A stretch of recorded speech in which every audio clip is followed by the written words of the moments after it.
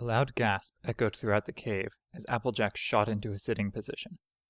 Once again, she was covered in sweat and breathing hard, but thankfully without the soul-rending sound and sickly wrong feeling. A small comfort, really. As she rose to her hooves and placed her hat on her head, she idly added disturbingly vivid nightmares to her list of problems, which only seemed to be growing longer lately. Sunlight was streaming in through the entrance of the cave, finally allowing Applejack to check just how far back it went. She turned around and blinked in surprise.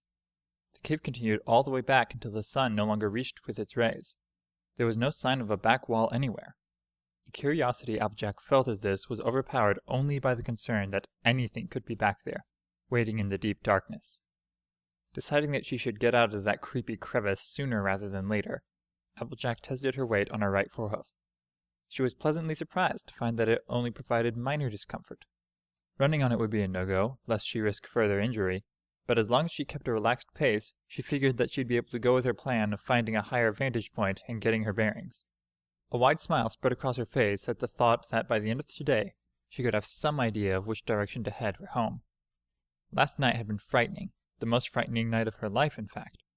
But Applejack was a mare of action. She wasn't going to cower in a cave all day on account of something that had only ever come out at night so far.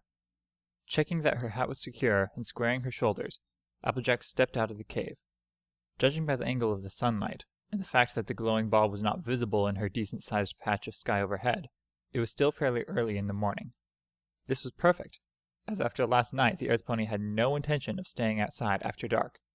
Still, she didn't know how long her quest would take, so she decided to best get a move on.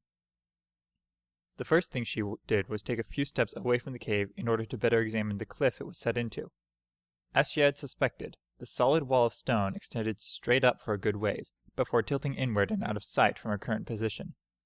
This mountain would be perfect for her vantage point, but she had no path to get up from her current position. It seemed that the best course of action would be to circle around until a less steep section presented itself, rather than go out looking for another mountain entirely. Applejack made sure to note the landscape surrounding the cave mouth in order to make it easier to find on the way back. The grassy land sloped downward away from her temporary shelter. There were no trees on the hill leading up to the cave.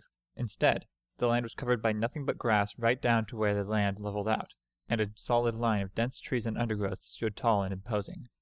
She noted a large moss-covered boulder sticking out of the tree line as a good landmark. Her ears twitched at a familiar rustling sound, and out of the corner of her eye she could have sworn a bush moved. She whipped her head toward the offending bush, but after a minute of watching it intently, it remained still. Normally, she would be far less jumpy at a slight sound, but the sound wasn't what bothered her. The complete lack of any of the other sounds she expected from the jungle bothered her. Shaking her head to clear it of worries she could do nothing about, Applejack turned and started walking, keeping the steep mountain on her right. Her walk was punctuated every minute or two by the single sound the jungle seemed to be able to produce, but she was no longer bothered by the rustling. She didn't even bother to stop and look after the first couple of times proved just as fruitless as ever. The pace she set for herself wasn't very fast. She thanked the princesses that her hoof wasn't hurt badly, and decided to keep it that way by walking instead of trotting. Even at a relaxed pace, the tropical heat made it fairly hard going. The ground beneath her hooves was covered in short grass. The rocky soil near the mountain prevented anything more substantial from growing here. The wall to her right would sometimes curve at a constant rate, and sometimes go on perfectly straight for a while before turning sharply. Currently, the stone was straight as an arrow, but Applejack could see that not far ahead, it cut out of sight with a sharp right turn.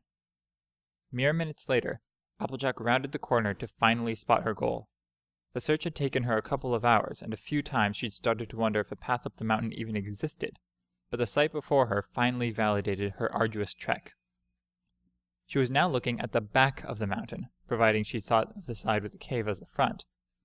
Of course, the path up the mountain just had to be located as far away from her starting point as physically possible.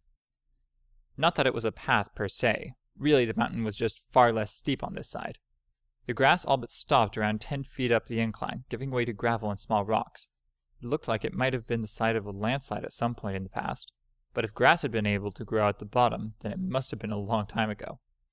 The incline continued up for a good long way, eventually flattening out about a third of the way up the mountain.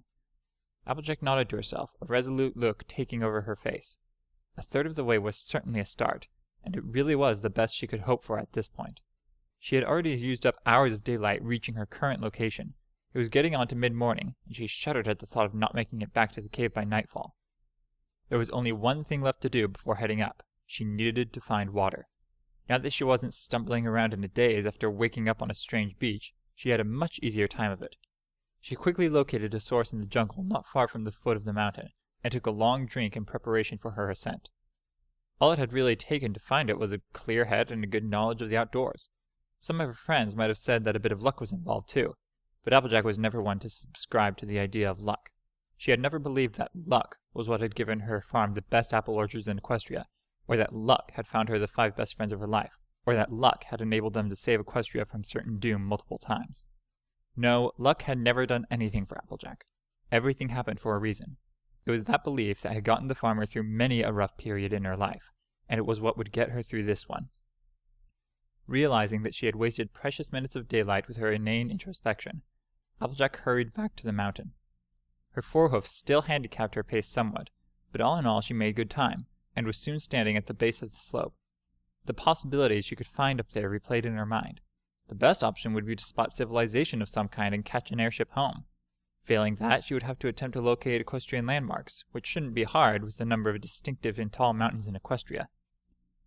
If even that failed to produce results, she would simply have to find out which direction led further into the continent and further away from the ocean, and hope to find her way back to Equestria that way.